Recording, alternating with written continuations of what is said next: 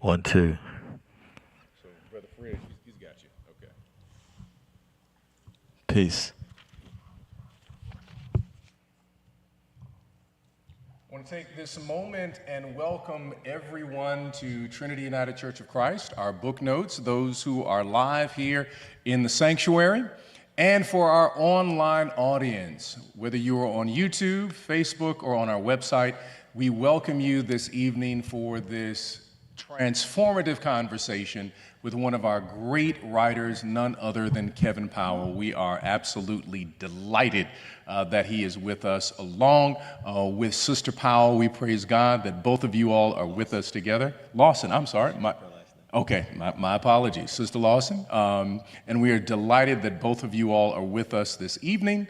And we want to take our first moment to have a word of prayer, and then we are going to begin our conversation. So let us go to the Lord in prayer at this moment. Gracious and most merciful God, we give you thanks this day. In the midst of this weather and this time period, we ask, O God, for your hand to be upon us. May your spirit rest in this conversation. We are grateful for those who went before us, and we are thankful for this moment and this time together. We ask your blessing upon Brother Kevin Powell and Sister Lawson. We thank you that you've allowed them to travel here for this conversation that we have this evening. And so may your spirit rest, and may your spirit rule, and may your spirit abide here in this space. And we offer this prayer in the mighty and wonderful name of Jesus, we pray. And the people of God who love God may say, amen. Amen. Again, thank you for joining us for book notes. We want to let everybody know that our hashtag is hashtag book notes. If you are utilizing your phone, you're more than welcome to take pictures this evening. For those who are online, we ask that you would use that hashtag book notes, and share the information.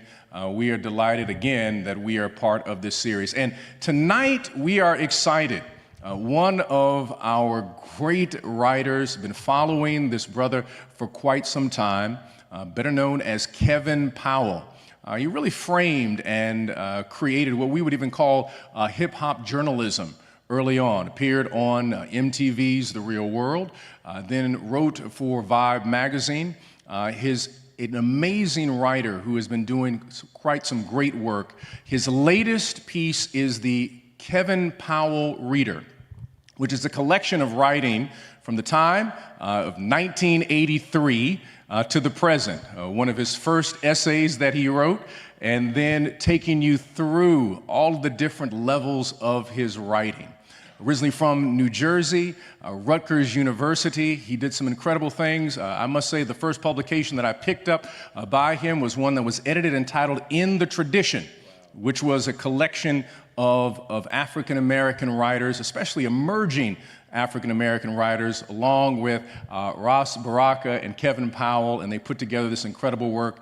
I still have it. I passed it on to my son, as a matter of fact, and he has been blessed by that work. So we want to welcome this evening none other than this gifted, tremendous writer who is in the tradition of James Baldwin and Richard Wright and Zora Neale Hurston, one who is chronicling what is happening in the African-American community and has a deep heart, a deep compassion for transformation in our community. So Kevin Powell, we welcome you to Book Notes and to Trinity United Church of Christ. Thank you so much for having me. I'm just honored to be here. This is actually my first time, thank you, in this church. As much as I've been in Chicago, I've never been in Trinity. So honestly, my wife and I sat back there. She said, "What are we doing?" I said, "I just need to sit in the back for a second and just feel Trinity." So forgive us for making it look like we were even later than we were. Hey, Tina. What's happening? It's good to see folks I know in Chicago, and shout out to all the folks that'll be watching this online.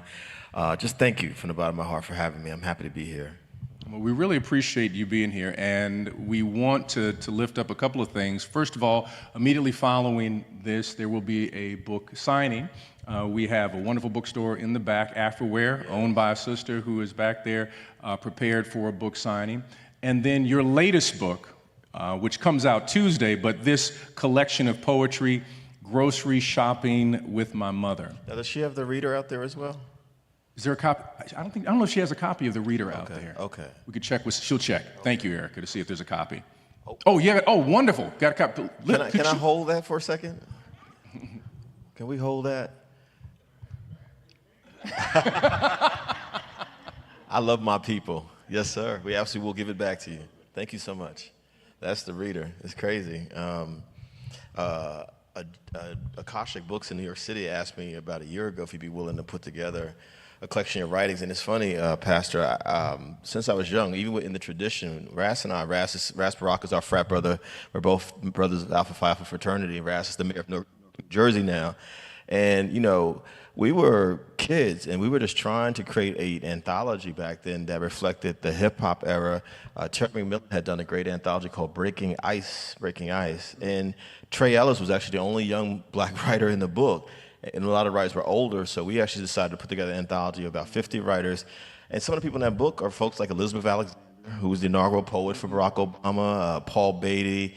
So many people in that book have gone on to do incredible things as writers, and we had no idea. We were just like, let's put this together.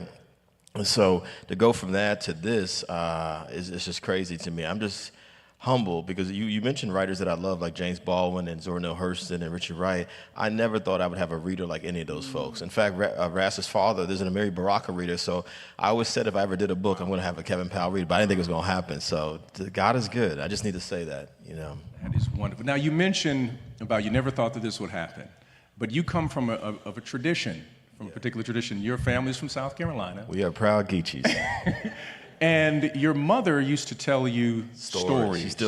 I've heard those stories 1,000+ times. First storyteller, first teacher, first leader I ever met, my mother. And, you know, they, like folks got to Chicago, the migration, and so I heard the stories of getting on the Greyhound bus, and you got the fried chicken in aluminum foil with the hot sauce on. Y'all know what I'm talking about.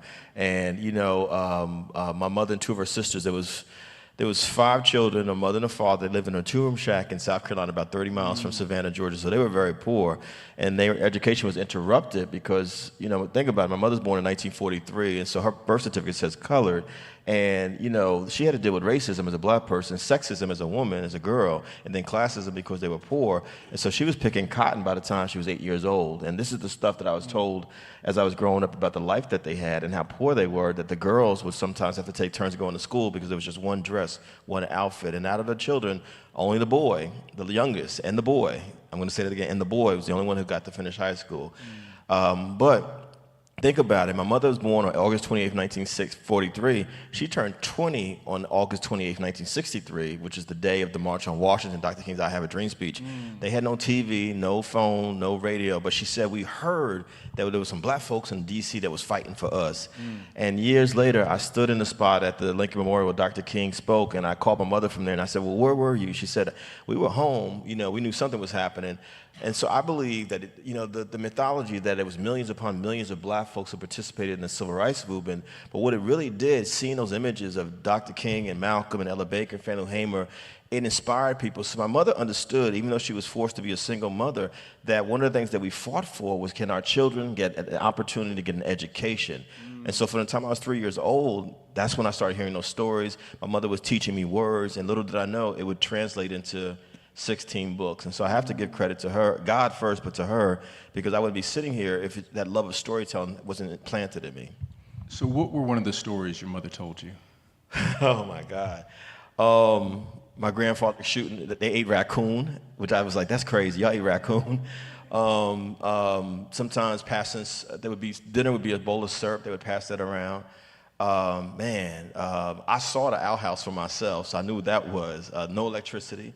My mother and y'all, how many of y'all got folks from the South or the Caribbean, either or the West Indies or down South? You know what I'm talking about? We believe in spirits, ghosts, haints, hags rising, man. But I also grew up in the Pentecostal church, and so you had the Christian thing going on, and then you had things like the stories about, boy, don't sing before 10 in the morning, you'll be mad for the whole day out. Don't put your hat on the bed because it's bad luck. Don't drop that salt. Y'all know what I'm talking about. And if it's storming, like I was telling Pastor Dr. Moss that one of my friends was she said that she and her husband were hunkered down somewhere on the border of Illinois and Iowa. And so I said, give me a call. She said, I can't call you right now. And it made me think back to when I was a childhood. If it's storming, don't get on the phone, turn the lights off, turn the TV off. Don't go by the bathtub. Don't even go in the bath. Y'all know what I'm talking about. And we all from different parts of the world, of this country. Those stories matter, don't they? So all that stuck with me. And, you know, it's crazy because I was ashamed of I remember there was northern black folks who were second and third generation who would diss people like my mama who were first generation, you know, the last wave of migration. And, you know, they country, you know what we say to people, and they don't speak so-called proper English.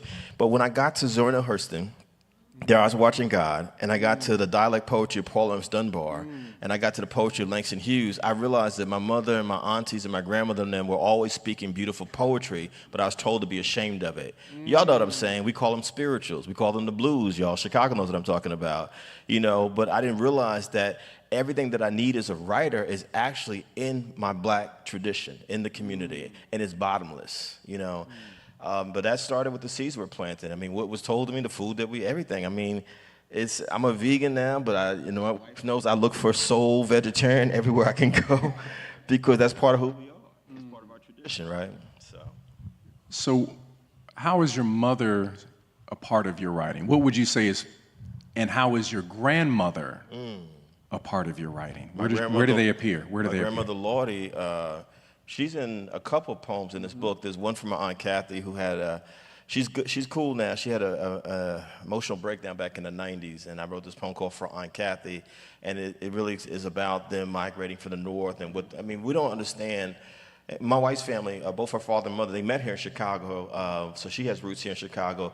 I don't think we realize the harshness of these elements that we move to. If you move to Chicago from the South, if you move to New York, New Jersey from the South, just the weather alone, how it affects you. And then either you're forced to live in the south side of Chicago, the west side of Chicago, or Harlem or Brooklyn, where I live at, and you go from the south and that racial terrorism to now you're in a northern ghetto.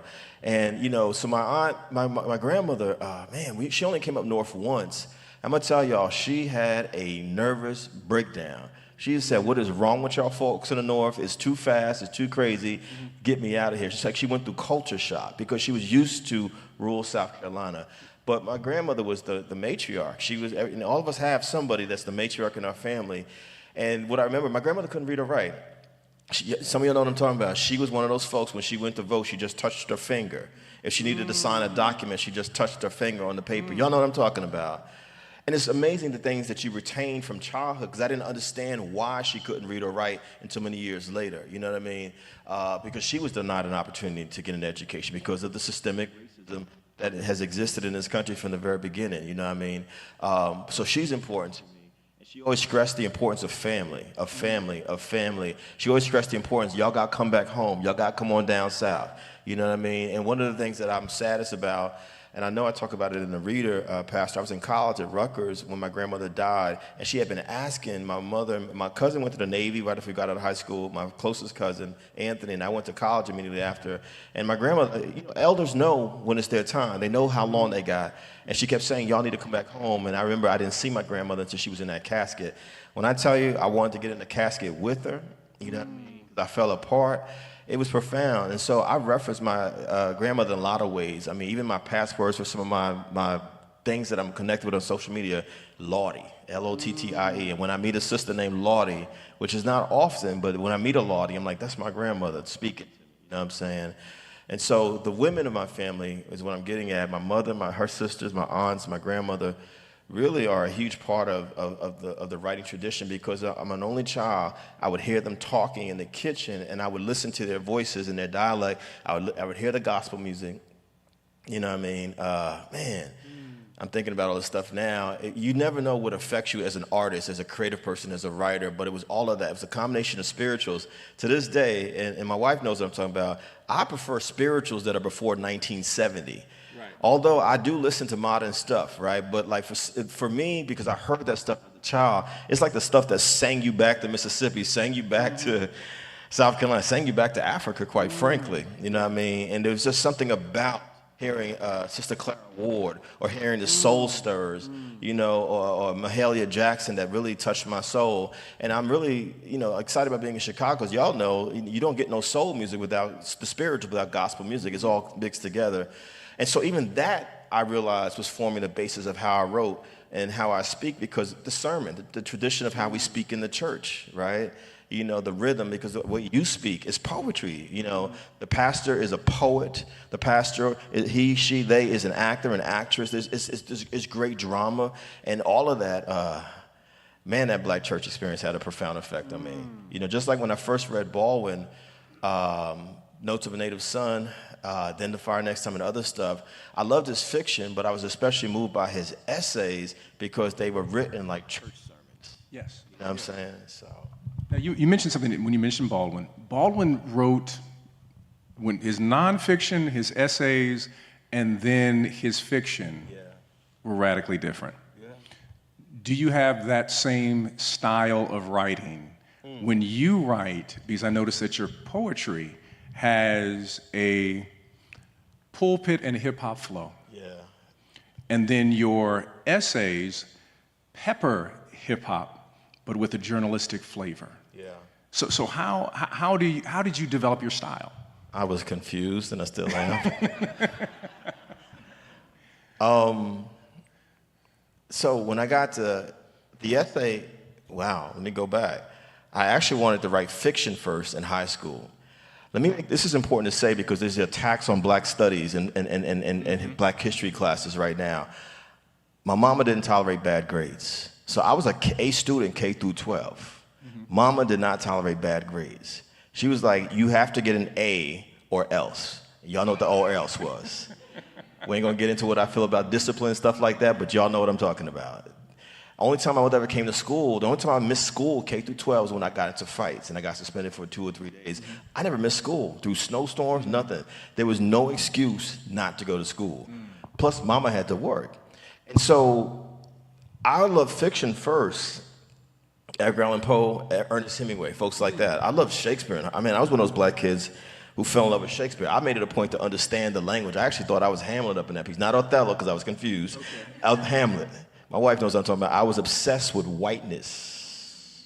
I was brainwashed into believing that whiteness was superior and that we had contributed nothing, because unfortunately, unless you have a parent or parents who were in some sort of movement, civil rights movement, et cetera, who were active in the community, many of us, my mother did the best she could. She just fought to get me into the best schools, but those schools were teaching me whiteness, which was teaching me to hate myself as a black person, which I did. The first 18 years of my life, I hated myself as a black person. And so I didn't know that black people wrote books, never got any mention of these folks. You know, my history, when you think about it, I learned that black folks were slaves because they had a couple of paragraphs and because I watched Roots as a kid. I knew that Rosa Parks didn't give up her seat on the bus, but that was it. I had no idea who Rosa Parks was beyond it. I didn't know she moved from the South up to Detroit, you know, and all the stuff she did after that. Malcolm, they weren't touching Malcolm. And even Dr. King was reduced to, I have a dream, just a couple of phrases, you know, and it's almost like he didn't live another 5 years after that. I didn't even know that he had come to Chicago after I Have a Dream, 3 years after the March on Washington. I didn't know any of that stuff. And so I certainly didn't know that black writing was a possibility for me. And so I was in love with the white writers, the John Keats and the Shakespeares and the Hemingways, the Emily Dickinsons and those kind of folks. And so I love fiction. And what I would do is I would take Edgar Allan Poe. Okay, he's writing horror stories. Well, I'm growing up in the hood with rats and roaches, and so how he would have ghosts and ghouls and monsters, I had gigantic roaches and rats in my stories. That's what I was doing. I was just flipping it. Because the teacher said, write from your perspective. I said, well, my perspective, we got rats and roaches. Let's keep it real. My 12th grade English teacher, Mrs. Lillian Williams, saw something in my writing, and she asked me to enter an essay contest. There's an essay, the first piece in this book is when I was a teenager. I won a citywide essay contest. Up in that point, I was an athlete. You won $100. I won $100. Let me make that. I won a $100 savings bond, and I didn't know what savings bond was. I was like, can I get cash? They're like, no, it's a savings bond. I was like, I don't want a savings bond. Yeah. Poor people don't want savings bonds, y'all. We want cash. Am I right, y'all? We wanted Cash App before there was Cash App. We were clear about that.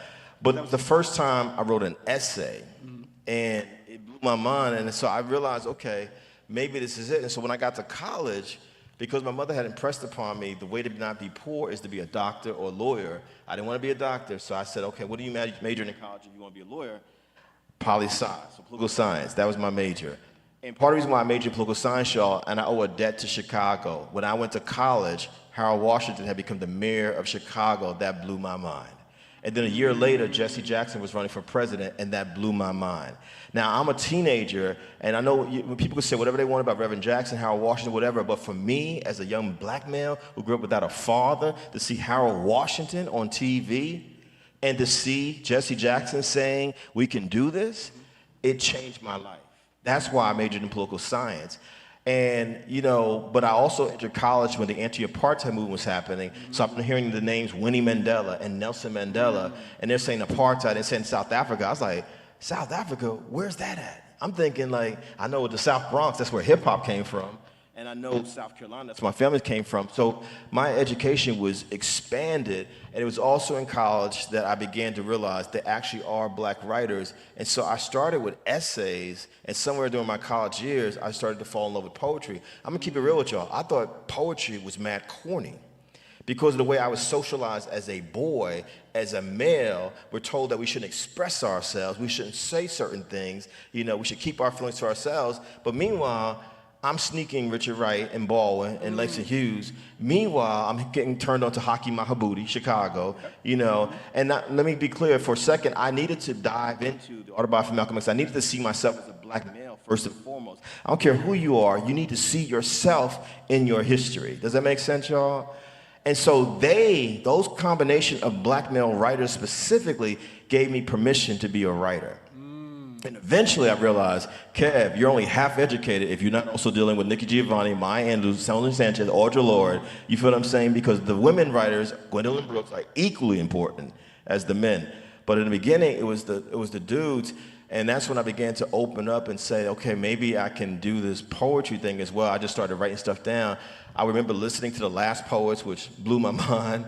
I mean, NIGGAs are scared of revolution. I was like, who are these cats? Hearing the Watts Prophets from California, my wife's from California, hearing Bob Marley, which I felt was poetry, you know, hearing still poets, I got turned on to reggae. And that was the beginning of me starting to go in that direction. And the journalism happened because I just wrote for the school papers. And I wrote for the school papers. Anyone who went to a predominantly white institution as a black student, you know that we oftentimes have to fight racism nonstop. So for me, my journalism was, I want to tell the stories that are being excluded on this campus. You know what I mean? And my whole intention was actually to write for black press and to be an investigative reporter. And my first article was for the Black American newspaper that doesn't exist anymore. I wrote for the Amsterdam News, City Sun, every black newspaper I could get my hands on in New York, New Jersey, I wrote for. So my intention was to be a news reporter. I had no interest in being a hip-hop journalist, writing about music, popular culture, any of that stuff. It happened, and I'll explain why it happened later, but it just happened. My thing was poetry and news reporting. The news reporting is going to pay the bills, and poetry was for me to be free. That's what I thought. Now, well, our sound person wants to make sure that you hold the mic right in the middle. In the middle, yeah. So don't hold it like a hip-hop head. That's right, hold right it like this. Hold it in the middle. That's right. He said, please hold it in the middle. But you teach at Prairie View A&M, correct? Yes, sir, right. And this academic year. You said something that was interesting to me. You said that you have very few black males in your class. What is it? You only have one. Why would you say there's only one black male in your class? What is the issue that there are not more young men coming into a writing course? I need to say it in context. My wife and I are co-writing and co-producing, along with some other amazing folks, a documentary film that's coming out later this year called When We Free the World. It's about black manhood and black fatherhood. What we realized, at least I realized that when we started the project 4 years ago, Pastor, when you look at documentary films that included black males, it's usually us just responding to racism, you know what I mean? Or you see us only as athletes and entertainers. And I'm a big sports fan, and obviously I love the arts and entertainment. And we're like, okay, why do we keep saying there's no black fathers when clearly there are black fathers? You know, why do we have the same narratives that are very narrow about black men? And so for me to answer that question, I need to echo what Dr. David Banks, the chancellor of the school system in New York, brother friend of mine, has said. Back 100 years ago, y'all, this is David Banks speaking, not Kevin Powell. In this country, 80% of black fathers were in the household in the 1920s. I want you all to think about that for a second. That's just a little bit under 60 years after slavery. He said even when you get to the 1960s, there's still 60 to 70% of black fathers in the household. But when you get to now, it's somewhere between 25 to 30% of black fathers in the household. Why does that matter, y'all? Because a couple things happened. One, we know what the prison industrial complex has done to our people. We need to talk about what heroin did to our people in the 1970s, what the crack epidemic did to our people in the 1980s, that crime bill that Bill Clinton signed in 1994, what that did to black males. And so literally from the time I went to college, I saw this huge, hey, Brother Kennard, this huge drop-off in black males on college campuses. I've been on a lecture circuit as a speaker since I worked at Vibe magazine with people like Brother Kennard Gibbs. And I can tell you, when I was starting out back in the 90s, you saw a healthy number of black males at the predominantly white colleges, but even at the HBCUs. Now, it's hardly any brothers on these campuses, you know, and it's profound to me, but a lot of us have been siphoned off into the prison system. But I also think a lot of us have just simply given up. Just this morning, I had a conversation, I was telling my wife, with my Uber driver. He's from Chicago. He was telling me about his son, who he's trying to encourage to go to college. His son tried and just stopped. And I said, what is your son doing now? He said, my son is saying to me now, Dad, I wish I would have listened to you. And so I believe that the combination of the systemic things we've had to deal with, the crime bill, the prison industrial complex, these pandemics like crack cocaine have devastating effect on black males. But I also believe that a lot of us have allowed all this stuff to get to us. Pastor, you said it yesterday on the IG Live with the Chicago Defender. You know, we need to have a leveling with our ancestors. I say to black men all the time when brothers ask me, well, what do I need to do? Show up. It's a simple conversation. Show up. You know, not just for your children, but know that you're representing all these other young people. You know, and so my class, I'm the Toni Morrison Writer in Residence at Prairie View A&M University. One brother named Ezekiel Hunt. No, you just say that again so everybody can hear that again. One brother named Ezekiel Hunt is you're the Toni, say it again now. Oh, the Toni Morrison Writer in Residence at Prairie View. Say it one more time so everybody can hear that. I'm honored to be the Toni Morrison Writer in Residence this academic year, 22-23. And I'm thinking like, okay, I'm going to HBCU. I'm going to be around some folks of all gender identities. Man, this is all sisters up in it. Sisters show up. One brother shows up. There's a second brother, my wife I've said, he's like a ghost. Sometimes he shows up. We don't even know his name. He's gone. And so, you know, and Ezekiel's from California like my wife, from Southern California like her. He's talked about it. It's what we have not had a conversation about. I know y'all have, but a lot of us didn't have a conversation about it. Since the 80s to the present, why has there been a massive drop-off in black male participation in various parts of our communities? You know what I'm saying? And I think this is real. You know, I also know that when I left for college in the middle of the crack era in the 80s, we were fighting with our hands. When I was coming home for Thanksgiving break, winter break, all of a sudden, people didn't just have guns. They had Uzis. They had AKs. They had sawed-offs. I'm like, where are they getting all these weapons from? Y'all feel what I'm saying? And I believe, you know, one reason why this whole era of Trump and DeSantis is so important to understand, y'all, this is not just some recent phenomenon. Let's not forget that there was a fascist who was elected president of the United States in 1980 named Ronald Reagan.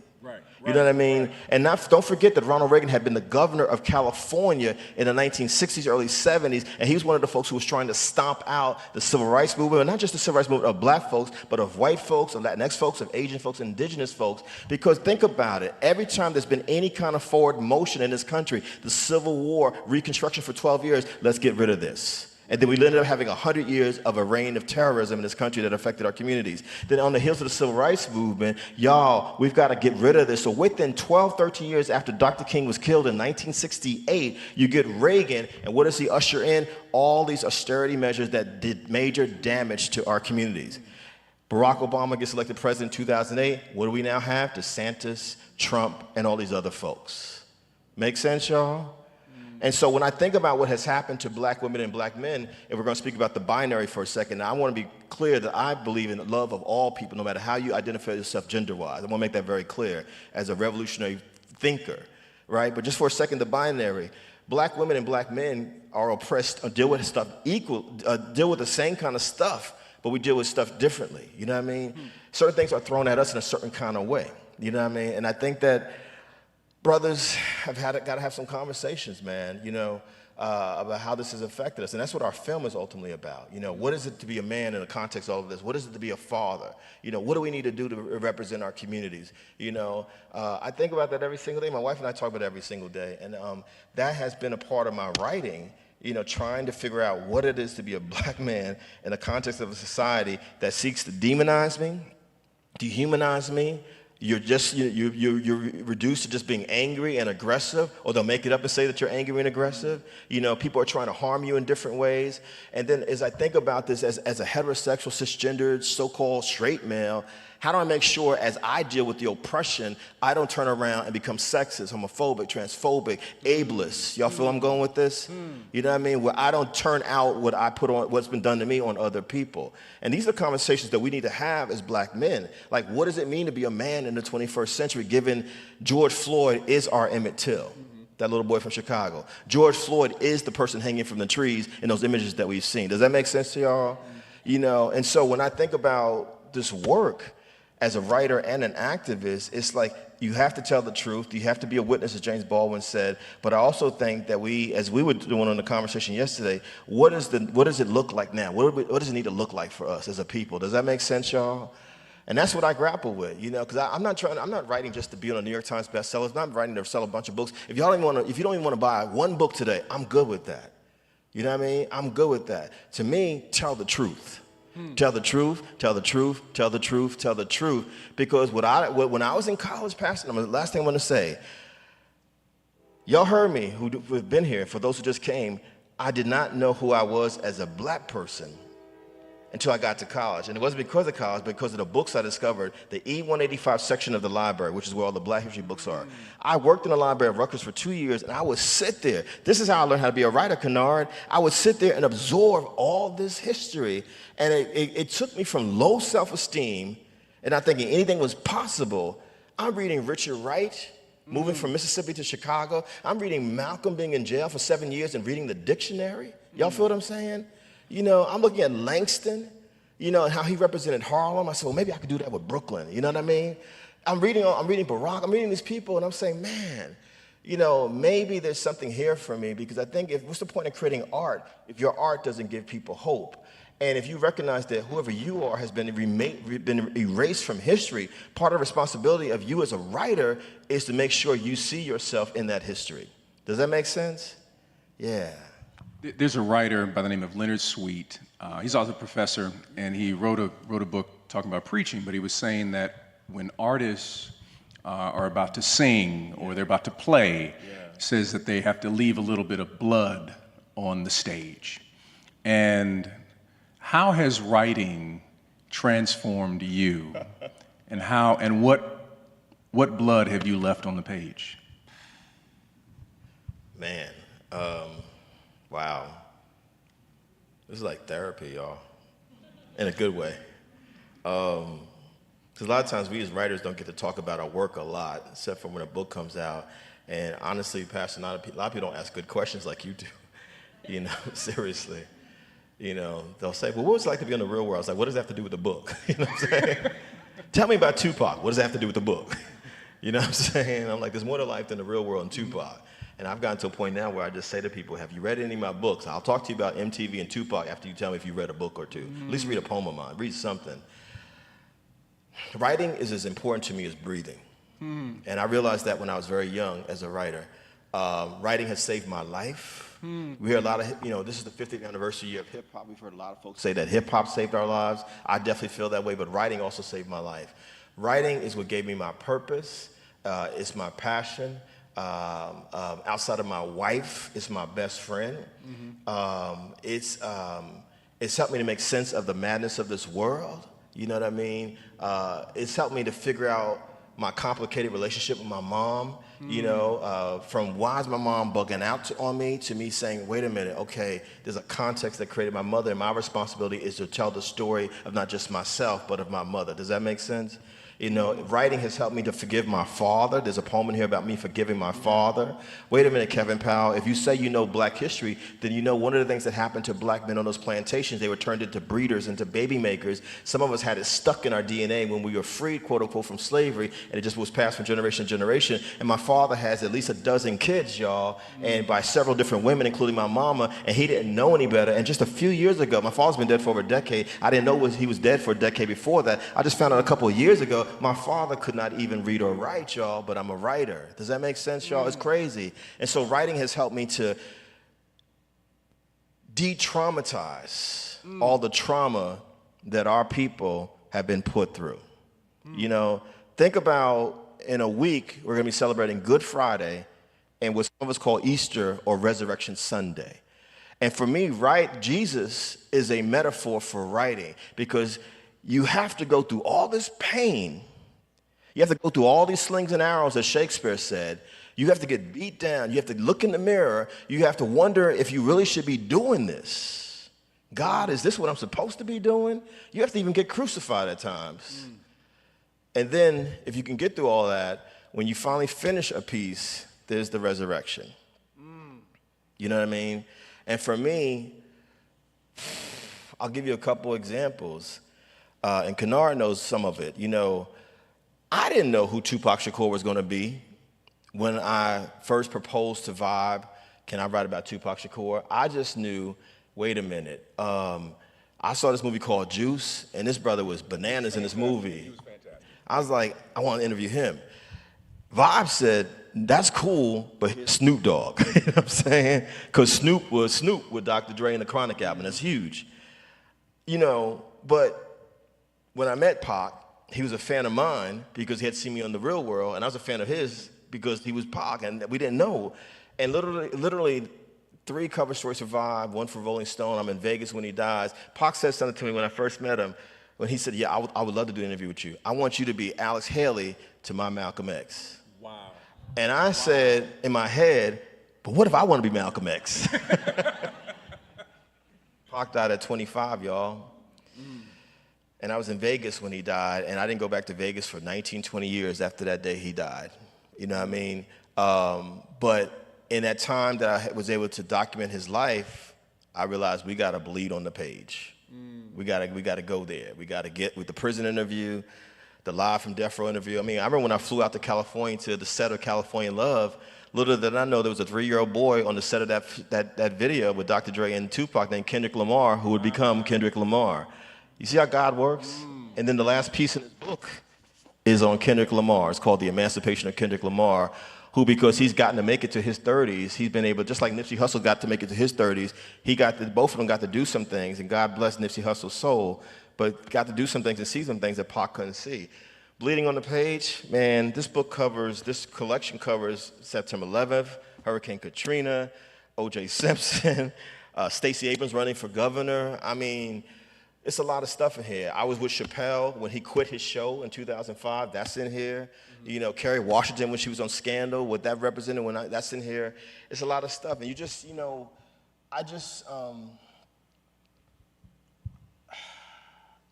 decided at a certain point, let me figure out how to merge essays and articles and poetry and, you know, and what's always been constant since I was a kid writer in college, tell the stories for your people that some people are trying to erase.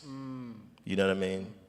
And I think that goes for anybody. I don't care if you're Irish, Italian, a woman, someone from the LGBTQ plus community, disabled, differently able. You have a responsibility to tell the stories that people have been trying to erase or act like they never existed. Does that make sense?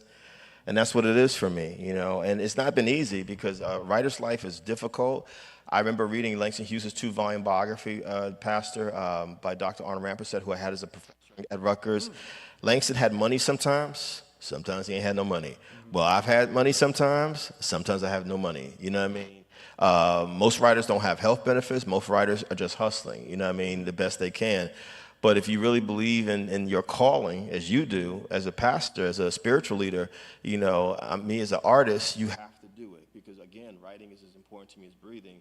And like you said yesterday, how dare I complain about what I've gone through as a writer? You know, look what, I mean, imagine it was, I mean, Zora Neale Hurston ended up, y'all, my wife and I just watched a great documentary on PBS that y'all should watch. I think it's the best documentary ever done on Zora Neale Hurston. She ended up in an unmarked grave. Zora Neale Hurston ended up in an unmarked grave. Zora Neale Hurston ended up in an unmarked grave.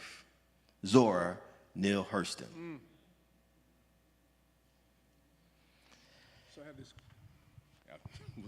I have this question. What is the project? What is the novel, the essay, the idea that is still in your heart and your soul, but is yet to be produced? It's the Tupac book. It'll be done finally at the end of this year. I mean, when Pac got killed, like a lot of people, I was traumatized because, you know, it's like, I grew up, I remember when Marvin Gaye got killed by his daddy and how it affected my mother. Because that's her generation, that's the Motown generation, right? And I was like, why is my mama tripping like this? But when we lost Pac, and then Biggie 6 months later, man, I was depressed for years. And people were trying to get me to write a book. I can't do it this quick. I gotta process all of this stuff, you know what I mean? And then life happens, and you know, there's no way we could have predicted, am I right, Kennard, that Tupac would become this multi-generational, multicultural, global figure. I mean, whether you think he's the best rapper or not, he certainly is the most famous rapper in hip-hop history. And little me, Kevin Powell, happened to have written these articles for Vibe, where Brother Kennard and Gibbs and I worked, that, you know, people reference all the time. And so there was times when I avoided it. You know what I mean? But that's the book, and I'm in the middle of it now. It'll be done. You know, and other people are writing books, but I'm like, I got to do this because I have to finish what I started, because I promised Pac that I would tell his story. In a way, it's best that I waited, because all this stuff has happened since then that I get to bring into the story, because it's not just about Pac, but it's also about Afeni, but it's also about America. You know what I mean? America before the Civil Rights Movement and America since Pac and Afeni died. And that's the book for me. And after that, I just, honestly, Pastor, I just want to write poetry. Like I fall in love with poetry again. I just want to write poetry. I don't want to write no more. This book was hard. This is 400 something pages, y'all. I'm good with a 100-page book from this point forward. And this is a collection of writings, but this was hard to put together. But I just want to write poetry. But the Tupac book, because I feel like, I mean, man, so many people ask me, Kev, where's the book? Where's the book? You got to write the book. You got to write the book. It's you know it. And I'm like, man, you know, and I think I had to get older and just realize, okay, Pac means something to people, just like Dr. King means something to people, just like Malcolm means something to people. And let me do it in a way that I hopefully will make some sense to folks. So that's the next book. That's the next book, God willing, fall of 2024, right before the presidential election, on purpose, you know what I'm saying? And it's going to be different than what people expect it to be. It's not going to be a traditional biography, I will say that, you know what I mean? So. And you'll come to Trinity when the book comes out. We'll do a book notes with Kevin Powell. You're going to come on a Sunday. You're going to come on a Sunday. We'll do that. Now here's just I want to shift gears a little bit.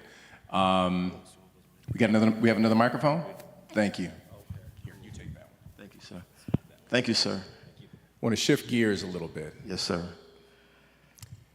If you were to describe yourself as a musician, hip-hop, jazz, R&B, blues, or a combination, what musicians would make up the Kevin Powell aesthetic? Wow. That's why he a doctor. That's gangster. No one has ever asked me a question like that. Wow. You know what's funny, Pastor? I'm saying, Trinity, y'all getting a lot of information first. You now know when the Tupac book is coming. You're the first ones to get this reader in the country, and I'm actually working on a spoken word album based on the poems in this book. So my wife and I, who's actually a phenomenal singer, and some other folks are working on this album. And it's, wow. My favorite, the singer who touched me the most as a child, who I'd want to have a part of that, Billie Holiday. Because as a child, my favorite song was God Bless the Child. I didn't know she was black. I'm gonna bring it back to you. I kind of vaguely knew, but I didn't understand who Billie Holiday really was until later. Wow. Don't laugh at me. I didn't know who Nina Simone was until the 90s when I saw a white sister, Bridget Fonda, in a film called Point of No Return. The movie was cool, but the soundtrack was all Nina Simone. I was like, whose voice is that? Coltrane and Miles Davis, period. Both of them. With Nina Simone and Billie Holiday. Wow. Kendrick Lamar, because I love Kendrick Lamar. I love Kendrick Lamar. Quincy Jones, just because of who he is as a producer. My favorite singer ever is from Chicago. His name was Sam Cooke, Wow. That's my band. Prince. I probably saw Prince more than any other artist of the last 30 years or so. I love Prince. There's a piece in this book about Prince the day he died. Prince could just play all the instruments. Right. He could just play all the instruments. Everybody else could do their thing. That's my band right there. Prince, Nina Simone, Billie Holiday, Kendrick Lamar, Sam Cooke. Oh, my favorite jazz singer ever is actually Ella Fitzgerald. It's a tie between Ella Fitzgerald and Sarah Vaughan, so I need both of them. And then since we are in a church, I need on harmonies the original Soul Stirrers. I need them. I need the Soul Stirrers. That would be my band. So who would be the producer? Quincy Jones, because he was gangster like that. Quincy Jones, who just turned 90. Quincy Jones, because that man, I mean, think about Quincy played with Count Basie, Frank Sinatra, Ella Fitzgerald, Michael Jackson, rappers, hip-hoppers. I mean, who can say they've been with so many different genres of music like Quincy Jones? Nobody. So that would be the producer, yeah. That's a great question. So you say that your writing is designed so that you can be free and to tell the truth. What truth have you put on the page that was the most challenging truth to write? My confusion about manhood. My confusion about what it is to be a man because I didn't have a father there. And following what I was taught to be a man, that manhood was, as we say in a documentary film, ego, senseless competition, violence, aggression. That's there a lot. There's a piece in the book called "The Sexist in Me." I wrote for Essence Magazine in '92. I talk very honestly about my emotional breakdowns, and I haven't drank in over 20 years. I talk about that period of my life when I was just drinking my blues away. You know what I mean? Anyone who's ever worked in the entertainment industry knows that, or journalism, there's a lot of abuse of liquor. Yeah, I talk about that. I talk about my father pops up a lot because I'm like, I need a father, I need a father, I need a father figure. And at some point in my writings, I say, I have to be the man I wish my father would have been. And then I had to get to a point where, okay, I need to forgive my father. In this book is the trip that I took. My father died in 2001. He is definitely a recurring theme. I didn't know he died until about 10 years later. I had made a trip to Africa, and I'm like, okay, here I'm in Africa. Folks are saying, welcome home, but I'm realizing I don't even know half my family. And so I work with a sister who's a genealogist, and she helped me find my father because he has a very unique first name.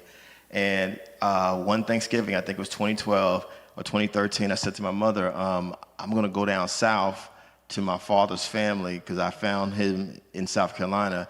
And my mother at first was like, and then I told her that he was dead.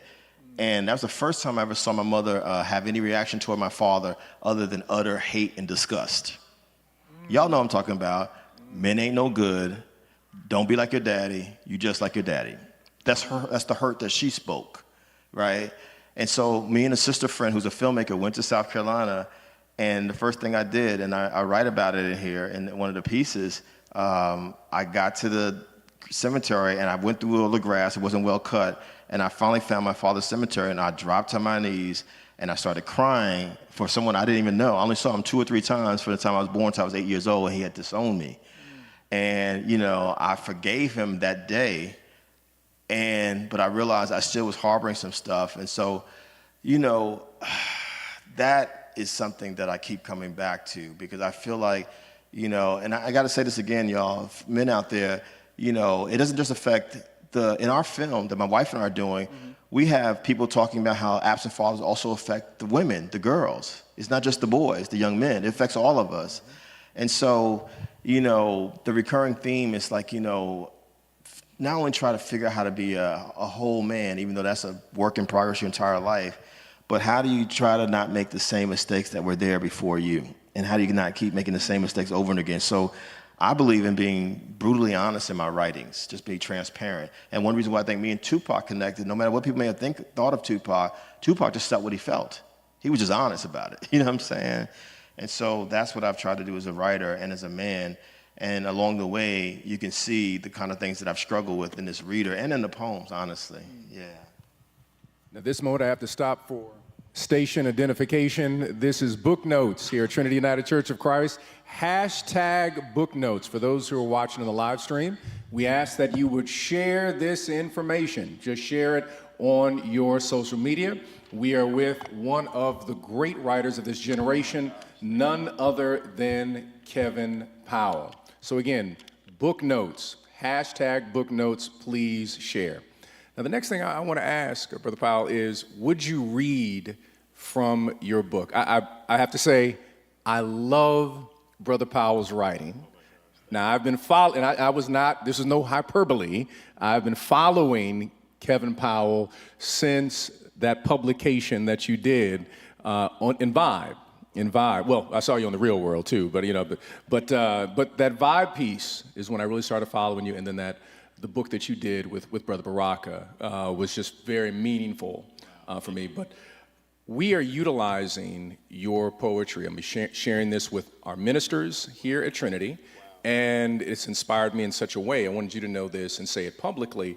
And I will send you the sermon. It may not be a good sermon, but nonetheless, we'll be utilizing some of the pieces that you've done here. And if you would be so kind as to read something. Do you have a piece that you want me to read? Because you can read whatever you choose, whatever is your favorite piece. Well, why don't I read the title poem, Grocery Shopping with My Mother? And it's pretty self-explanatory. Wow. Thank you, sir. And you know what's crazy, Kennard? I think you would agree. So we were at Vibe in the 90s. Vibe was the fastest growing popular magazine in the country, but it was just the beginning of email. I don't think social media really existed. So we had no idea how many people were reading our magazine. All these years later, everywhere I go, people say, I got all my magazines in my storage. I got my magazines in my attic. I got my magazines in the basement. We had no idea. And so that's why I keep referencing Brother Kennard Gibbs, because people like him, it was a group of us, and we all were young. Quincy Jones was in his 50s when he started Vibe, and he trusted people who were 35 and under, 30 and under to run that magazine. And it was an incredible opportunity, but that opportunity came about because of hip-hop. Hip-hop created the space for Vibe magazine to exist, you know, and I just need to say that. And for those who don't understand what hip-hop is, at 50, it was two people, a black woman and a black man, they're blood brothers, brother and sister, originally from Jamaica in the West Indies. Shout out to the West Indies again. Cindy Campbell produced a party that her brother, Kool Herc, DJ'd on August 11, 1973 in the Bronx. That's why we're saying hip-hop at 50 in 2023. And, you know, man, I'm here because of hip-hop. Grocery shopping with my mother. I'm gonna try not to get emotional, y'all. Is that all right? All right. Grocery shopping with my mother. 1, dear God, please do not take my mother from me anytime soon. I am not ready. I do not know what I would be without her. She has been my mother and my father. Since she pushed and pulled me through her earth, the way a jagged little pill shoved its way around the mouth of history. I love my mother like I love breathing air, even when she bruises me. With her words, with her rage. My mom has forever bruised me with her words, with her rage. When I was a horribly lonely only child, I did not understand why she behaved as she did. But when she got sick, really sick, a few years back, I was terrified of losing my mother. I had her speed down to the hospital there in Jersey and sprinted me as fast as I could to be with her. Ma said it was the first time she had been in the hospital since she had given birth, and there she was, flailing like a caught fish on a frosty metal table in an off-white hospital gown. Her belly had swollen so big, it looked like she was pregnant with me another time. And that is how it began. Our regular trips to the grocery store, because Ma could not move without immense pain, without waddling like a penguin in the middle of a summer hurricane. 2, dear God, my mother does not know that I often walk behind her on purpose as she grabs a pound of hamburger, a bag of sugar, a loaf of bread, a box of cereal. Aisle after aisle, my heart spills a bucket of suds. Aisle after aisle, my eyes spill 2 buckets of suds. Like that day she slid as a baseball runner would onto the floor in her senior citizen apartment from her favorite chair, and it took my entire back strength to boost my mother's plump frame to get her up to her recliner, and before I could, there we were. 1, 2, 3, 4, 5 seconds. Her on the floor, me on the floor, when she and I stared at each other as we may have stared at each other when I was a scared baby and her a scared young woman. And in that very moment, I wanted to tell my mother what she meant to me, but could not, because my mother and I have never hugged, have never kissed, have never said, I love you. And here I was, the caretaker of a person who did not care to be touched by anyone. 3, dear God, my mother's legs throb bad. Ma religiously rubs ointments on them like she is scrubbing grime from her bathtub. She repeatedly refers to herself as being sick. She says she's an old woman. She says she's tired, so tired. She prays to you, God, from can't see to can't see. She says you will work a supernatural miracle and heal her body, Lord. She says, blood of Jesus. Each chance she thinks of it. Like Jesus fixing to be Superman and jump off that prickly cross. My mother's altar is the shopping cart at the supermarket. She baptizes the handle with one of her wipes. She cusses at me when I ask her to pull her mask over her nose. She smushes her worn black purse into the child seat where I once drooped my skinny limbs. She clutches tight the cart. She says it helps her balance. Ma is afraid to fall. Ma ain't gonna fall in front of no strangers. My mother's power is in the steering of the shopping cart.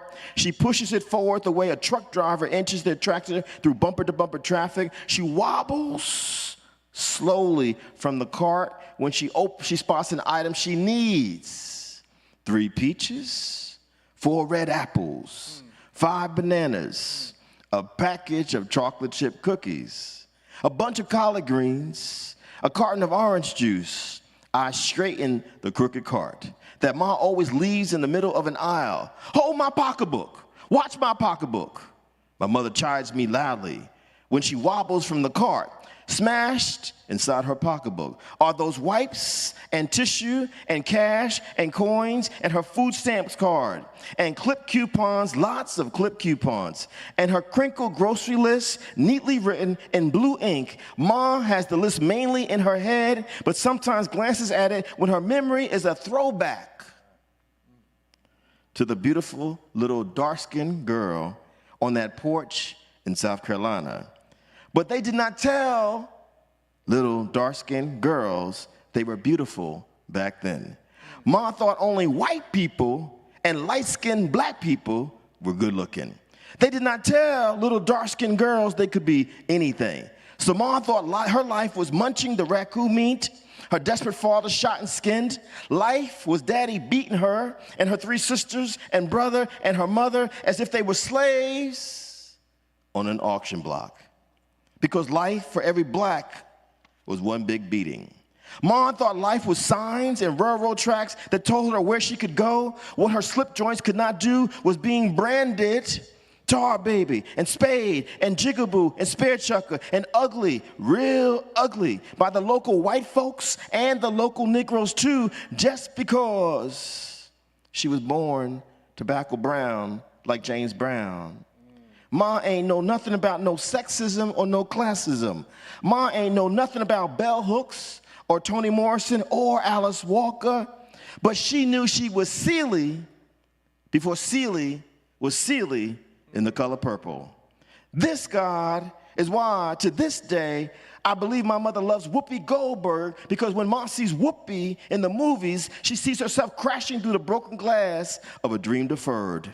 This, God, is why black people got therapy sessions we name field hollers, spirituals, the Underground Railroad, the blues, jazz, church, dance, the chitlin circuit, prayer circles, funk, hip-hop, Holy Ghost, barbershops, hair salons, black Twitter, talking in tongues, laughter, the soul food we squeeze between our chained ankles, and transmit it with us from Africa to them plantations.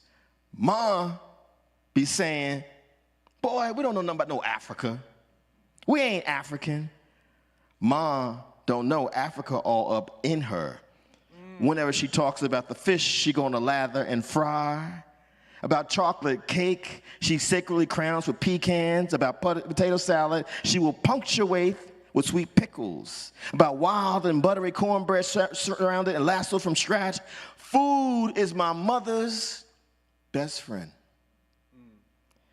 Because Ma ain't got no friends except her sister Kathy and me. Food is my mom's best friend. But the food has left her body wretched like the planet, with diabetes, with high blood pressure, with mysterious things she won't discuss.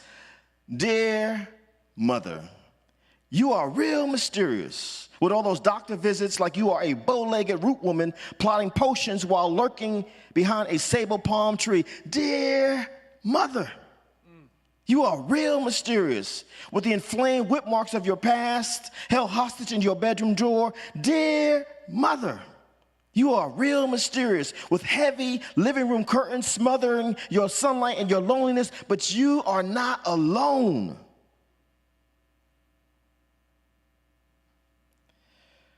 We are moon twins, emotionally eating our way to the promised land.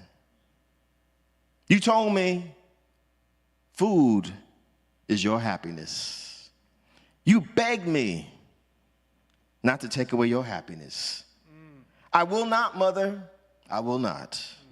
I see your beauty and your genius in the way you boil the water, in the way you season the food, and the way you create kitchen magic as you did when I was a boy. I smell the joy on your house dress. I feel the joy when you crunch and chew. I sense the divine when you suck on that chicken bone. And I know when the time comes for God to look herself in the mirror, she will see you.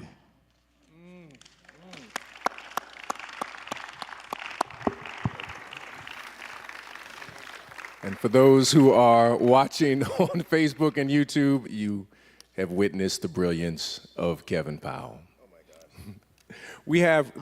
God. Still trying to be a good writer.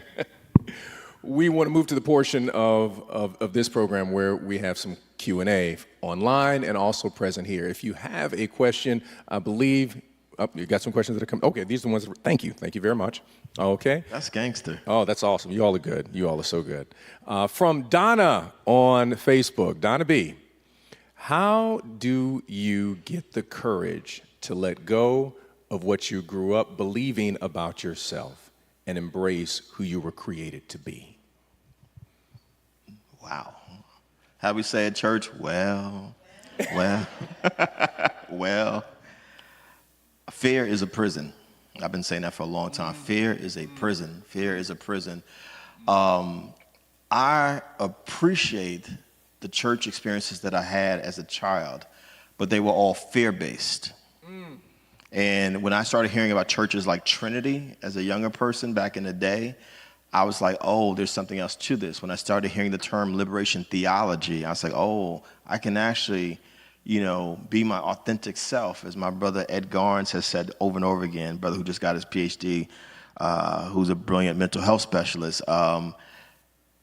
It's a process. Because of writing, I've been able to do that. Like, Baldwin, if y'all have never read The Fire Next Time, please read The Fire Next Time. If you haven't read it in a long time, reread The Fire Next Time.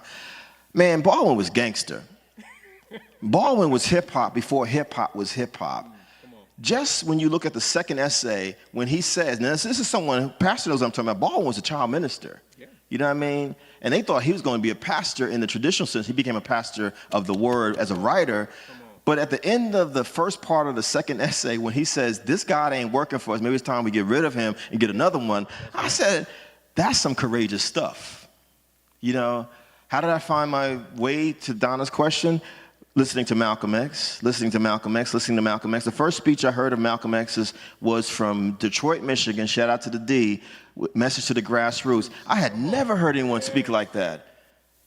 I was like, who is this dude? You know what I mean? When I first heard Mississippi Goddamn by Nina Simone, I was like, wow, man. Listening to the poetry of Sonia Sanchez, resist. And so, it's back to what you said. Not only did I have to dig through my ancestry and say, Kev, you cannot stop. You have too many examples in front of you. But also, who are the elders here before you that are saying this is what you can do? And that's what it is. I was like, I have a responsibility to stand on their shoulders and keep going and not be afraid. The only thing I'm really afraid of, Pastor, are dogs to this day still. My wife knows a little bit. I'm still a little shaky around dogs. But I'm not really afraid of a lot of stuff. I'm keeping it real with y'all. Roller coasters. I'm afraid of roller coasters. And what's that thing we did in San Diego, the thing across the sky? That thing that goes across the sky, I don't do that. I can't, nah. And bungee jumping, I'm good with that one. I'm good. But in terms of telling the truth about myself and about this world, I was like, you just got to go for it. You just got to go for it. Because I think the question too, Donna, and for everyone out there, I think we have to constantly be willing to reinvent ourselves. And that's the lesson I got from Malcolm. Be willing. Dr. King did it too, because Dr. King at 55 is a very different man by the time we get to 68. Malcolm also. Be willing to reinvent yourself. Our next question, we don't have a name on this one. I love hip hop and rap, and its history and development are fascinating. However, a lot of the content is misogynistic, materialistic, glamorizes guns and crime. What direction do you see for hip hop and rap in the 2020s? And do you see it becoming more positive and truly empowering? A couple of responses to that question, because that comes up everywhere I go. America was founded on racism and sexism, misogyny, and violence. So anything that we have created artistically is just a reflection of the country. That's historic. And that can be the minstrel shows, or it could be rock and roll, or it can be hip hop. America was founded on racism and sexism. Let's be real about it, and violence. What happened to indigenous people, and there's just a few still here, what happened to indigenous people, and literally the violence of slavery, the enslavement of African people. We built this country. There's no capital for people to storm on January 6th if we hadn't built those buildings. Y'all with me out there? You know what I mean? I went to Rutgers University, Princeton University, all these schools on the East Coast had to admit we were built by free labor of black people. Right. There's no American cuisine without black people's food. Watch High on the Hog, the 4-part series on Netflix. There's no music without black people. You know, there's no electric lights without a black man named Lewis Latimer. And so I say that to say, let's be very careful of scapegoating a culture and saying that this has created it. The culture is just a reflection of the larger society. The country has always been violent. You don't think so? Why is there a mass shooting literally every week in this country? Why do we have over 300 million people in this country and we have over 300 million guns in this country? Because there's an obsession with violence. You know what I mean? Why is it that, you know, when my wife and I travel, we try to figure out where we can stay. We don't have to deal with the microaggressions of people because we happen to be a black couple. Y'all, what I'm saying? What's our modern day version of the Green Book so we can feel like we're safe in spaces where people are not walling out on us? And so this country, and let me say this because people like to say, well, you're unpatriotic if you're criticizing. No, if you really are a patriot, if you really love this world that you live in, then you have every right to say this is what it's going to take to make it better. Why would you want to live in a world that's racist and sexist and all these other isms and phobias, right? Why would you want to live in a world where when we come into a church even, we have to see where the exit signs are because we don't know how people are going to wild out because they've been conditioned to think that the solution for all conflicts is violence because of what happened at the beginning with indigenous people and African people. Shout out to my sister, Nicole Hannah-Jones, in the 1619 Project. We have to tell the truth about this country. What's violent also is when people are trying to squash and ban black authored books all around the country. That's a form of violence. Now, to the point of the sister, let's make a distinction. There's hip-hop culture, and then there's the hip-hop industry. The culture, 50 years of the culture, that's the DJ, that's the MC or the rapper, that's the graffiti writer, the graffiti artist, then there's the dance element, and then the fifth element of hip-hop culture is knowledge, is knowledge, is knowledge. The DJ, the MC, graffiti writer, dancing, and then knowledge, that's the culture. The culture, let's bring this together for a second. Dr. King, Chicago, he came to Chicago, the west side of Chicago, 1966. Dr. King and Coretta said, give us the most dilapidated apartment. Right. Whew. Work with me for a second, Trinity. Dr. King, let's think about this for a second. What does it matter? You can sit anywhere on the bus if you ain't got no money to get on the bus. What does it matter? You can sit at a lunch counter if you ain't got no money to buy a sandwich, right? We need to start dealing with the issue of poverty, economic injustice. And so he was like, I'm going to demonstrate what is happening here because it was Dr. King who said that a riot is the language of the unheard, right? That's right. And so he was saying we cannot forget poor people. Why is this important? He's a Morehouse man like Dr. King was. Morehouse is an incredible school. We were just there a couple of days ago. Shout out to Morehouse and Spelman. Can I just say that to y'all? Shout out to Morehouse and Spelman, for real. Because y'all have produced so many dope brothers and sisters, period. Think about this for a second, y'all. Dr. King was born into the black elite, the black middle class. He came from privilege. 15 years old, he's at Morehouse. By 26, he's got a PhD. 34 years old at the time, he was the youngest Nobel Peace Prize winner. 64 Civil Rights Bill, 65 Voting Rights Act. But in the same year that we got the Voting Rights Act, Watts, California, where my wife is from, explodes in rebellion, which some of y'all like to call riots, but I like to call rebellions, right? Now, bust it for a second, because Dr. King was always evolving. He's like, hold on a second. Why are these working class poor people in places like LA and Chicago complaining? Because here they are told if you migrate to Chicago or New York or LA, you're going to get a better life. Your life ends up being Cabrini Green. Who created hip hop? Poor people. Fast forward a couple of years, the last thing Dr. King was trying to organize was a poor people's campaign. And who was he with in Memphis, Tennessee? Black men who were wearing signs saying, I'm a man. They were sanitation workers. They were garbage men. Dr. King is the one who said there was dignity in all work.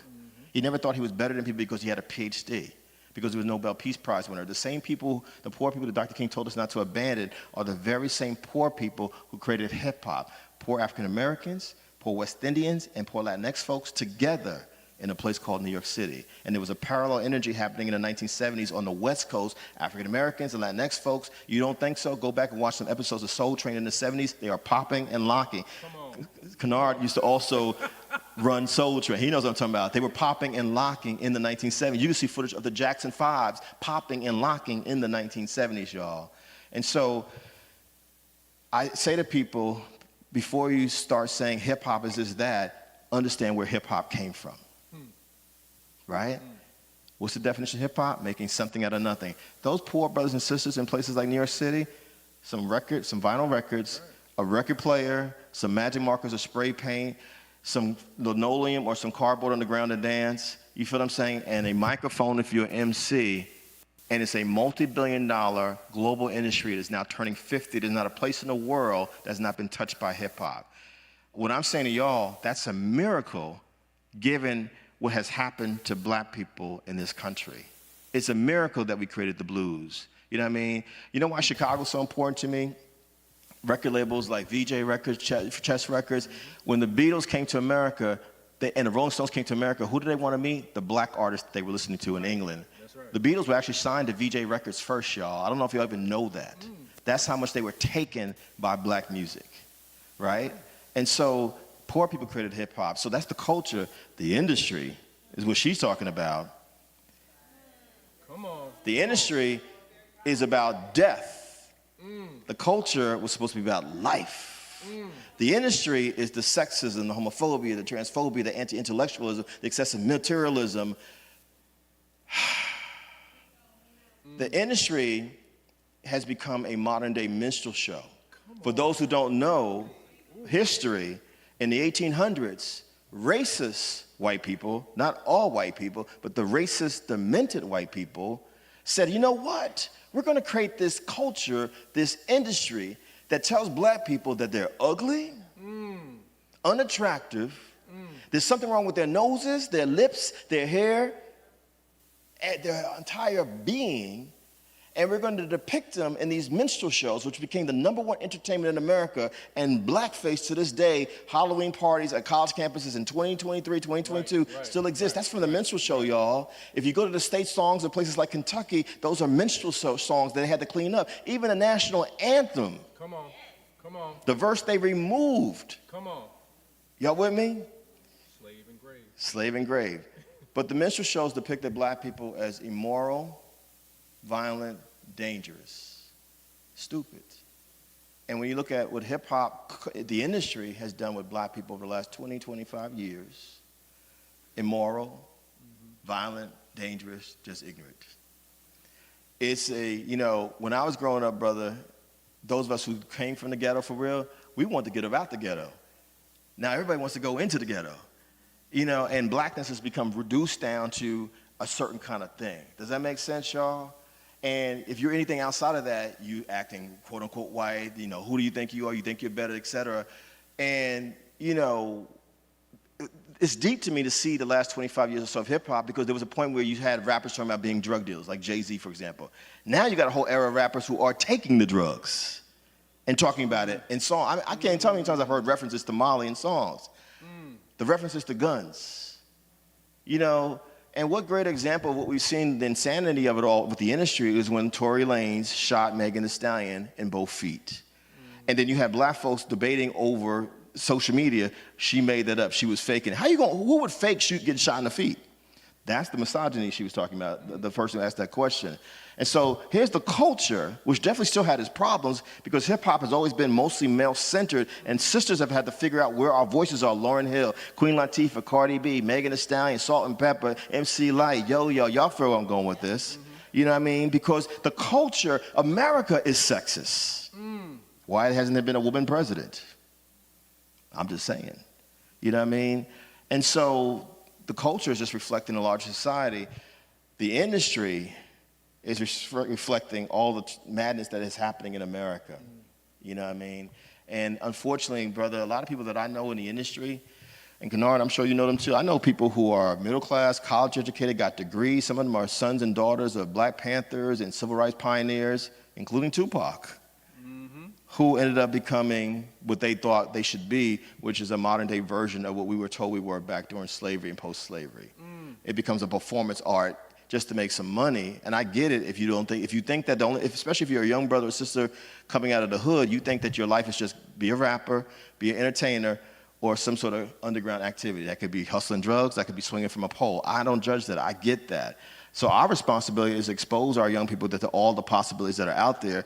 But I'm saying to y'all, let's make a distinction. Here's hip hop culture, and here's the industry. Yeah. Let's not lump it all together as one umbrella term for hip hop. Does that make sense? Yeah. Next question is, as a writer, how do you silence the inner critic? This is from Michelle on Facebook. Thank you, Michelle. Wow. I don't know if I do. I oftentimes have said stuff that I've written sucks. I can't say that I say that. I'm very hard on my writing. I'm so anal, Pastor, that if I find that I use the same word in the same stanza of a poem or the same paragraph of an article or essay, I'm like, man, how did I miss that? I'm that cat. Like, serious, I'm that person, pardon me. I think you should be critical of your work, but I don't believe in writer's block. I just move away, like I'm not feeling it right now. Let me go, like I love art, period. So for me, it's not just about writing. I love paintings, I love photography, I love dance, I love theater, I love films. I try to just be inspired by art. I love sports. I'm like hoping South Carolina's winning right now, for example. The women, right? Just keeping it real. You know what I mean? Yeah, come on now. So I don't know.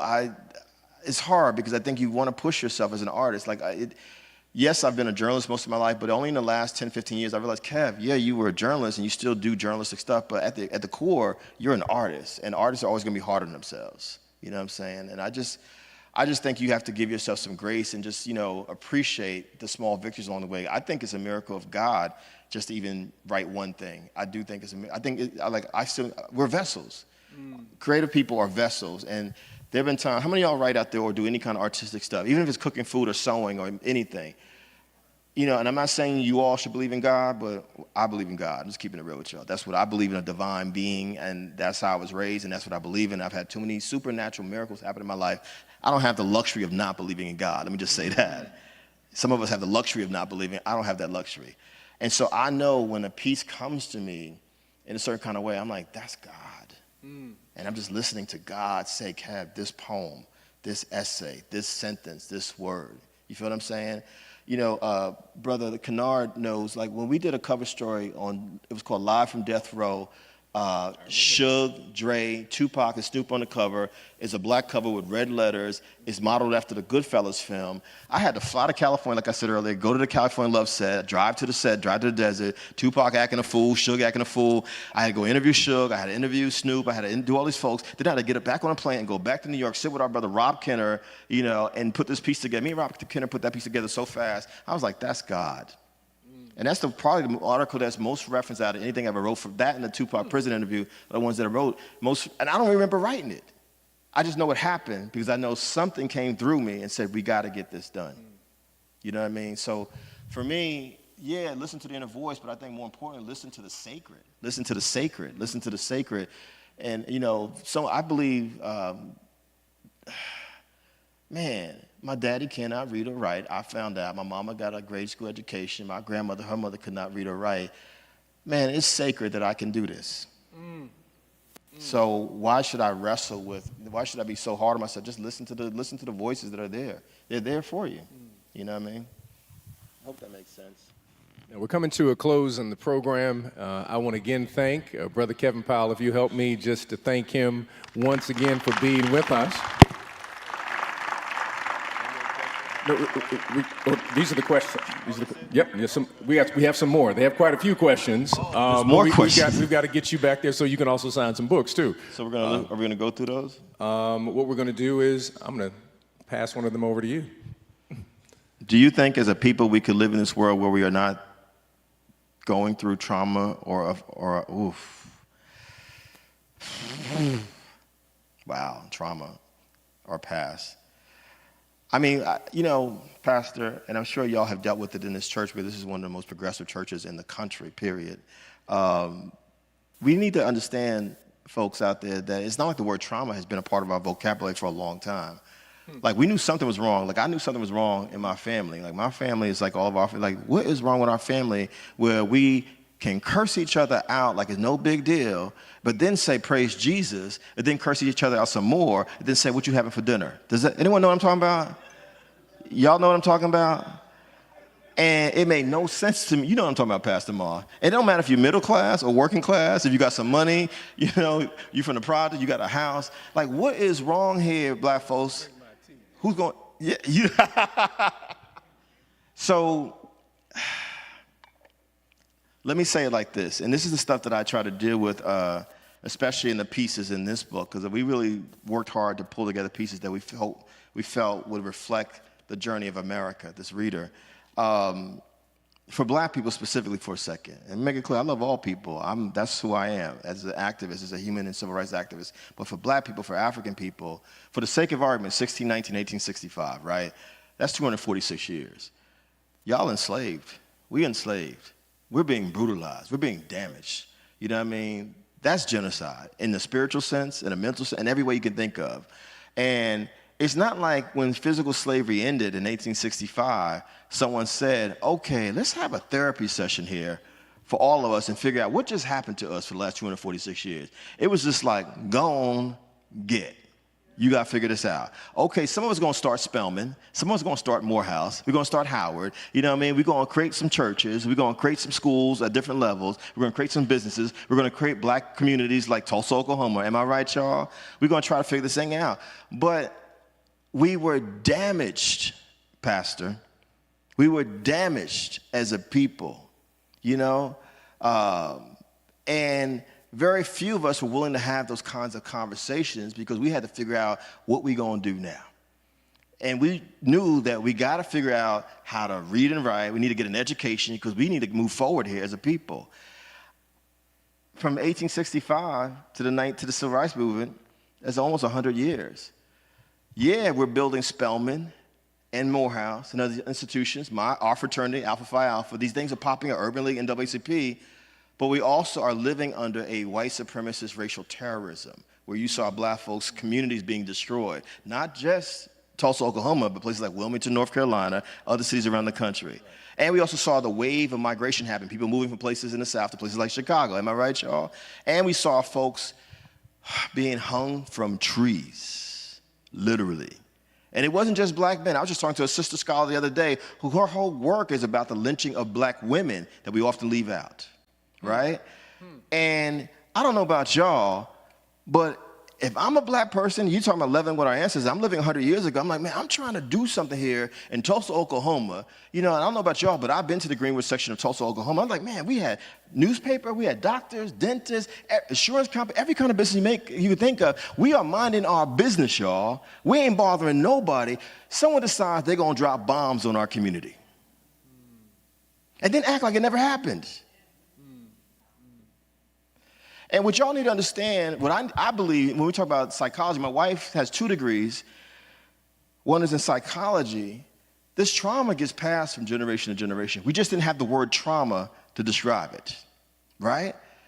And so when I got to college, for example, Pastor, and I came home the first Thanksgiving, first year of my college year, I was like, Mama, we're going to change the world, da-da-da-da. My mama was quiet. Do you know what she said to me? You know what they did to Dr. King.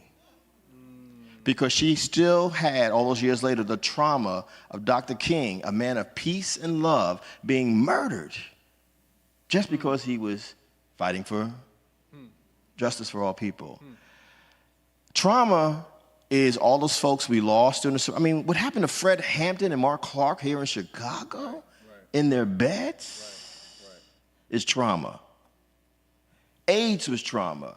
Crack was trauma. Heroin was trauma. How black Vietnam soldiers was treated, how black World War II soldiers were treated, how black Korean War veterans was treated is trauma. Black men going to jail in record numbers is trauma. You know what I'm saying? This explosion of homelessness around our community. Man, let me tell y'all, as my wife and I go from city to city, we're like, why are there younger and younger black people out on the streets homeless, talking to themselves? Why are there now whole families out on the streets? Y'all know what I'm talking about? The traumas of all of that. And so to this question, do you think as a people we could live in this world where we are not going through the trauma of our past only when we are willing to confront it? That's why I write. We have to be willing to confront it. My wife and I are together and we talk about everything, even when it's uncomfortable, because we're like, yo, the very act of black love is a miracle. You two know in the context of what we've had to deal with, right? The act of black love, no matter what that looks like. It could be straight black love, queer black love, just black love is a miracle. And so I've been going to therapy for 30 years off and on. I can't wait to get back to therapy this year because I need it. I got some things I got to deal with now at this stage in my life. And also, how am I not being traumatized by this recurring social media video of the George Floyds of the world, these stories of Breonna Taylor, you know what I mean, the Sandra Bland. Man, let me tell you, you know what trauma is? I'm the Toni Morrison writer in residence at Prairie View University. My wife and I went there for the first time in September. We're driving up. Y'all remember Sandra Bland went to Prairie View University. Sandra Bland from Chicago went to Prairie View A&M University, y'all. Y'all realize that? We're thinking, oh, where Sandra Bland was stopped by the police is somewhere out in the field somewhere. It's literally 1 block from the entrance to Prairie View A&M University. You know what trauma is? There's folks at Prairie View A&M University who will not even mention the name Sandra Bland. Just like there are folks who will not mention the name Emmett Till. We're not going to heal as a people unless we're willing to confront the ugliness of what white supremacy has done to us. We are not going to heal as a people until we're willing to confront what oppression has done to us. The reason why the black church is so important, it represents one of the few spaces where we are allowed to be our unapologetic free selves. Where we can stand up, we can sweat, we can fall down, pass out, run laps around the church. Y'all know what I'm talking about. Because I believe what we're doing is working out centuries of pain. Come on. This is why our music, and this is not my quote, this is Dr. Danny Black, who's at Clark Atlanta University. He said, do y'all realize that even black music and the black church together are a sacred text that we created on those plantations? Yeah. I want y'all to think about this for a second. Malcolm said it best, history is a people's memory, and without it, we're demoted to the lower animals. Malcolm, I was like, this man is like, you have to know history. Brothers and sisters, you could get killed. Pastor knows. For even knowing how to read the Bible. And God forbid you interpret it for yourself. Wait a minute, they're using this Bible to beat me down and enslave me. Meanwhile, Jesus is about liberation theology. That's right. But I'm thinking to myself, what Dr. Danny Black was saying, Pastor, around trauma, we're creating this music. It's called field hollers, spirituals, blues, jazz, rock and roll, soul, reggae, calypso, soca, merengue, Afrobeat, hip hop. Why do you think so many rappers use the terminology God? Even folks that we think are the most foul-mouthed people, because even in our foulness of our language, we're trying to confront this trauma, and we understand that God is our salvation. Which is why my poem is borrowing from Alice Walker's The Color Purple, because it struck me when the first time I saw The Color Purple and read The Color Purple, Alice Walker saying, "Dear God." Because I even think saying "Dear God" is a way to try to deal with the trauma.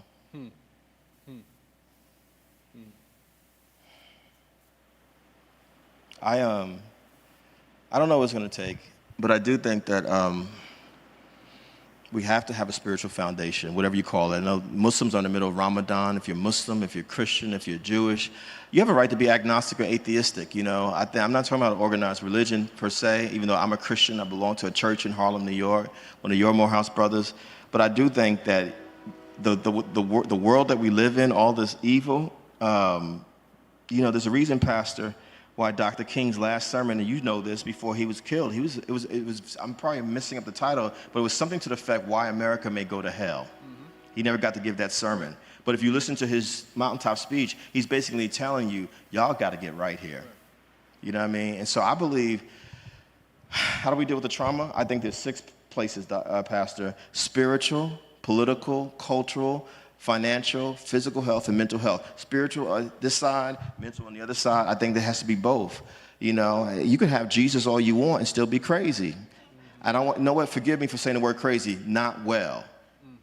I don't like the word crazy. Forgive me for saying that, not well. How many of y'all know people who are Christians who are foul? Oh, yeah, they go to church. Because we haven't dealt with our traumas. And so I think that it's about honesty, man. It's about honesty and trying to figure out what has happened to us. Like for me, I couldn't forgive my mother or my father until I was able to put myself in their shoes and say, this is what my mother had survived. I don't know what it's like to be a black woman. I don't know what it's like to deal with racism, sexism, classism, but I also know that my mother had no Oprah, no Yana Van Zandt, no Sister Circles. There was no books for her. There was no books in our house, just the Bible, just the Bible, just the Bible. And she was told, you just got to suck it up and keep going. And then it gets passed on to the next generation, to the next generation, to the next generation. And then we wonder why folks say, what you want for dinner? And then cursing you out. And then Lord Jesus, blood of Jesus, cursing you out again. What you want for dinner? That's called trauma. Y'all feel what I'm saying? Trauma is treating the kids in our family who are darker complexion like they're less valuable than the kids with lighter complexion. Y'all feel what I'm saying? Or vice versa even. Because Malcolm talks about how he was treated badly by his mama because he was lighter. You know what I mean? That's trauma. And so I think it's about being honest about what has hurt us. What is this damage? What is this collateral damage of 400 plus years in this place, or the West Indies, or Latin America, because black folks are everywhere, y'all. Or my wife and I, a year ago, we're just in the UK. We sat for 6 hours, 5 or 6 hours, with black folks in Liverpool, England, talking about all their trauma. We're like, this sounds like America. We got to be honest. Yeah. We got to be honest. And I think that is this question. This is the question, love. This is the question. And I think that we have to vow to be different. My mama and I have never hugged, have never kissed, have never said, I love you. I'm a hugger. I say, I love you. I love you, brother. I love your wife. I just met her. I love you, Sister Tina. I love you, Brother Kennard. There's nothing wrong with saying, Sister Jane, I love you. I love all of y'all out there. There's nothing wrong. My wife, I love you. There's nothing wrong with saying, I love you. Does that make sense, y'all? And what I'm trying to learn too, Pastor, is when I encounter people who have not dealt with their trauma, like I texted you earlier today, let me just move away from what you call that foolishness. Not in a judgmental way, but I don't want to be a part of that drama. The first thing my wife said to me when we got together, I don't like drama. I understood exactly what she meant. And so what I've decided too, let me just contain this drama to just my mama, because I can't do nothing about my mama. My mama gonna be who she is. She is raw, unfiltered. She don't give a about anything. Am I right? I love my mama, but doesn't mean you don't love your parent or your parents, but you gotta say, here's the stuff I can take from my mother. She gave me my work ethic, my love of learning, but all this trauma, man, I gotta let this go because I wanna be free, because that's the point of liberation theology, right? So the question becomes, when will trauma end? When we decide we actually want to be free, and not just on Juneteenth. Thank y'all. Amen, amen. Again, we want to thank Brother Powell for being with us today. Beautiful job. We thank those who are online. Hashtag book notes, please share. And just a little bit of house cleaning. I'm going to ask that Brother Powell and Sister Lawson, they would make their way to the back. Willie, if you would take them, we're going to have a word of prayer because you have some books that you're going to sign. Can I stay here for the prayer, though? You can stay for the prayer. You can definitely stay for the prayer. I need that prayer after the day I had. All right, well, let's stand at this moment. Gracious and most merciful God, we come to you at this moment. You are the God who frees us from trauma. And we thank you for this opportunity to hear one whom you placed a spirit of truth and freedom within his heart. We're grateful for this entire village, and we're thankful for this opportunity to be able to discuss these issues. But we are grateful for those who are also present with us in the balcony of eternity. From those ancestors, Zora Neale Hurston, Toni Morrison. We are grateful for Richard Wright, James Baldwin, and all of the unnamed writers who never had the opportunity to ever publish, and the teachers who are not in the classroom, but might have been in the family room, kitchen, or just out in the back in the woodshed, who passed on their wisdom. And so we are thankful that we stand on their shoulders this day. May your spirit rest upon us. May it invade and possess us in such a way that we will be able to speak truth that will set us free and live as a free people. We offer this prayer in the wonderful, liberating, salvific, healing name of Jesus. And the people of God who love God may say, amen. Amen, amen. Brother Willie, if you would assist us, we're going to allow them to go into the back for the book signing. Thank you so much, my brother. Beautiful job, beautiful job. So after they exit out, all you have to do is just go right to the back to our fellowship hall, and they have the bookstore set up in the back for the book signing.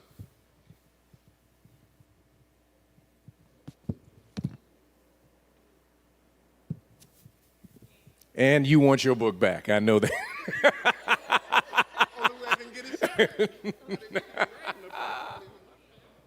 Oh, here you go, sir.